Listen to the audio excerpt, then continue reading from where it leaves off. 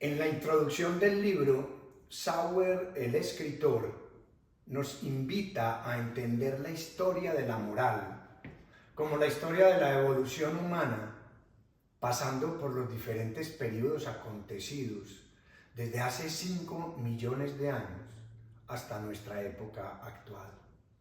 Con el nacimiento del Neolítico hubo un periodo de evolución de la familia de los homínidos, a la cual pertenecemos los humanos. Este nuevo entorno generó una nueva fase de adaptación evolutiva, haciendo que nuestros antecesores vivieran en pequeños grupos para protección de los depredadores, iniciando el concepto de cooperación como primer cambio moral de nuestro género. Comienza aquí nuestra historia con aquellas primeras fases de acción colectiva que van conformando dos tipos de personalidades en los diversos grupos. Aquellos que con un comportamiento altruista reafirman en el grupo un patrón común de lazos familiares y de parentesco. Y por otro lado, los no cooperantes, que identifican más el beneficio que genera su individualismo que la cooperación colectiva.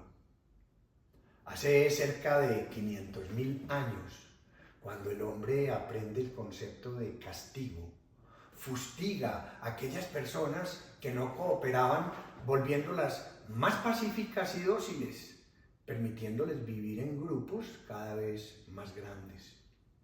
Se motiva así a una evolución que actúa entre la domesticación y el castigo.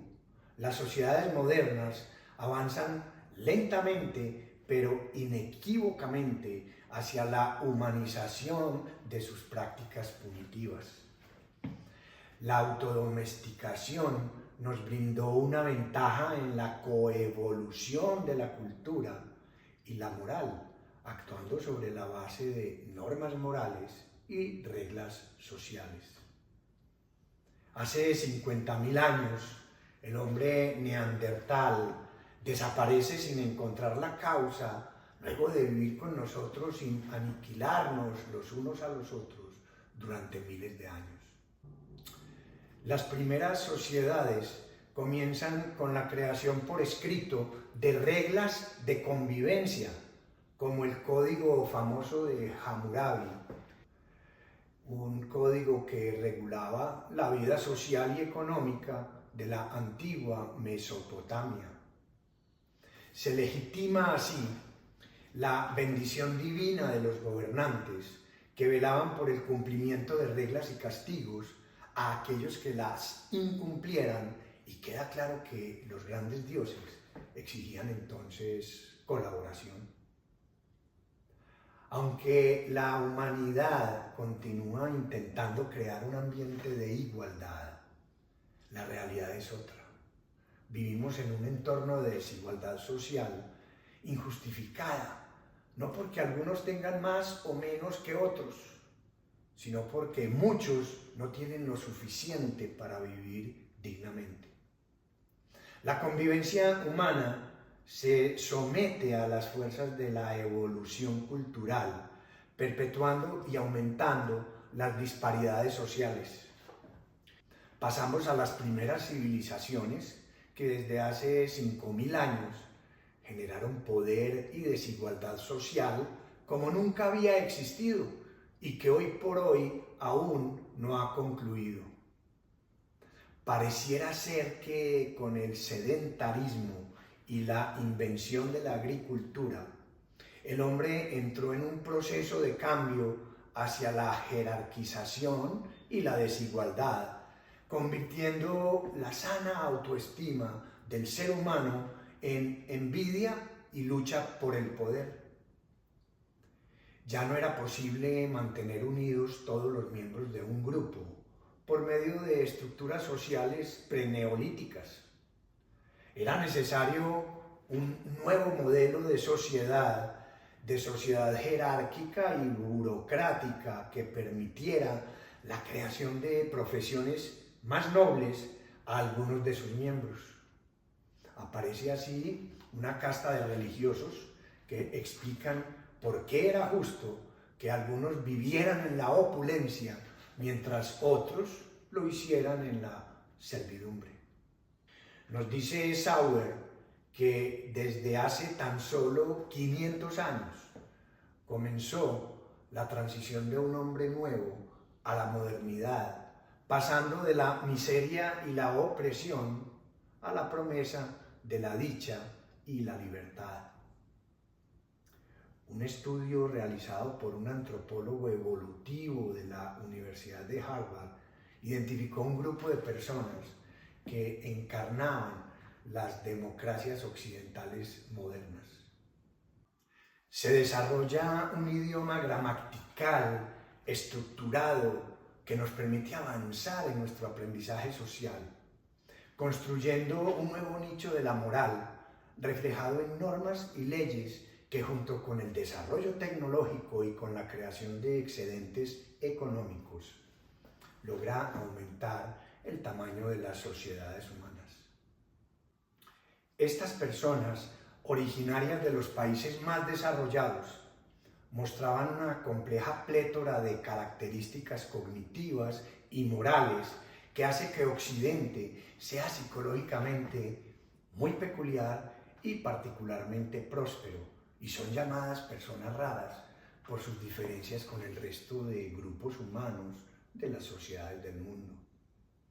Son individualistas obsesionados con ellos mismos, controladores, inconformistas y analíticas.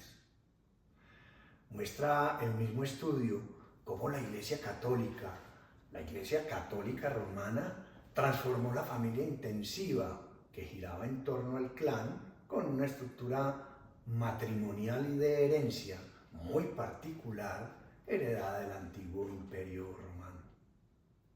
Elimina las relaciones de parentesco y de familia, prohibiendo el matrimonio entre consanguíneos, obliga el consentimiento de los novios para casarse, además de que favorece su residencia en su propia casa y no en la de sus padres.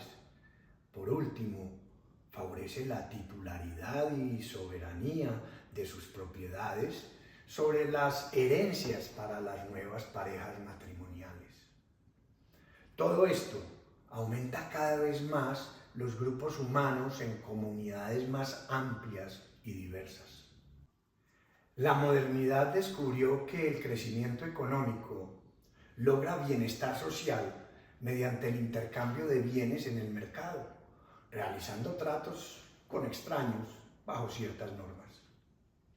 Esta nueva burguesía naciente coopera con desconocidos para convertirse moralmente en mucho más universal, eliminando parte de nuestra identidad social. Origina así una nueva revolución moral que amplía más que nunca nuestra red de colaboración, más allá del grupo pequeño que llamábamos familia o amigos.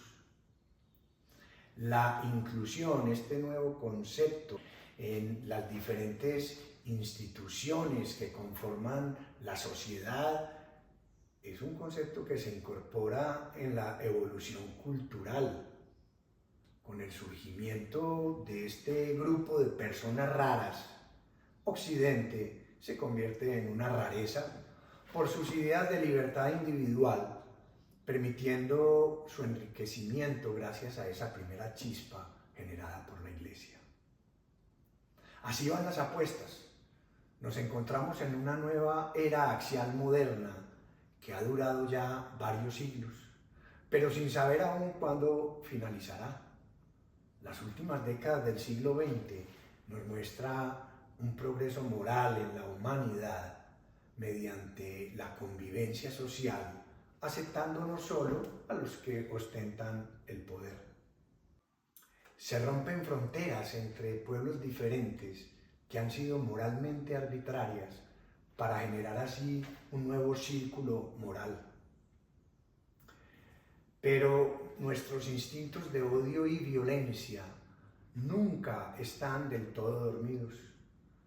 Los asesinos que se hacen con el poder y masacran una minoría odiada no son la novedad, más bien son la norma histórica. Si las guerras del siglo XX borraban la esperanza de que la humanidad viviera bajo la sombra del bien, el siglo XXI no nos da motivos para revivirla, aun cuando la innovación, el comercio y los mercados en la segunda mitad del siglo XX han generado riqueza y bienestar, más en un entorno de paz que de conflictos sangrientos.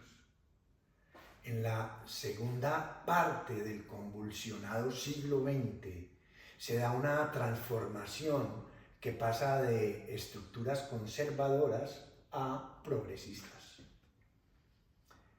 A medida que baja el grado de parentesco entre miembros de una comunidad, disminuye nuestra disposición de cooperar y se agudiza la dinámica de la desmoralización.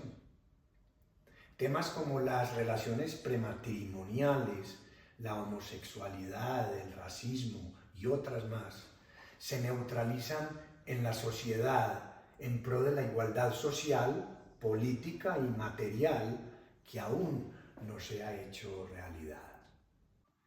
El último capítulo del libro relata un periodo de los últimos años dando relevancia a la libertad individual y a la igualdad socioeconómica, entrando en un sobrecalentamiento de la moral.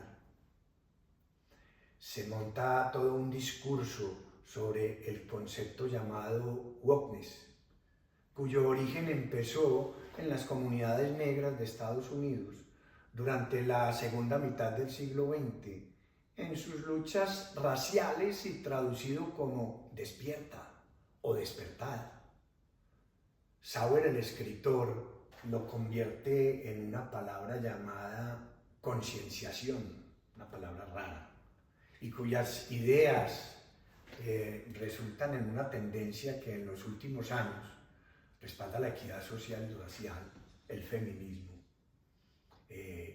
y la aceptación de la comunidad LGTB y en general todas las vías contrarias a la discriminación. Pero este movimiento woke ha generado su antagónico, con corrientes contrarias a la inclusión, utilizando palabras ofensivas y excluyentes como marrano, maricón, mongol, tullido y otras más, palabras de raíces peyorativas. Los woke seguramente perdurarán en el tiempo, tratando de construir unos ideales de libertad, igualdad y dignidad humana. El exceso de información de la sociedad actual, en adición al surgimiento de noticias falsas, generan información tóxica. Las fake news, utilizadas con frecuencia en las redes sociales, ocasionan desinformación y evitan el acceso a la verdad, tanto para la ideología de izquierda como de derecha. Sus incentivos económicos garantizan su difusión, pero deforman la verdad con interpretaciones erróneas, como aquellas que dicen que el Holocausto nunca tuvo lugar, que Kennedy fue asesinado por la CIA y que el aterrizaje del hombre en la Luna se hizo en los estudios de Paramount Pictures. La conclusión del autor nos revela la historia de la humanidad con grandes avances del ser humano, pero estos están aún muy lejos de llegar a una sana e ideal convivencia de toda la comunidad global. La pregunta que yo me hago después de leer el libro está en línea con la del escritor. La pregunta es, en este gran festival de discordia y odio que nos muestra la historia, ¿seremos todos capaces de llegar algún día a querernos? El primer cuarto del siglo XXI nos muestra todo lo contrario.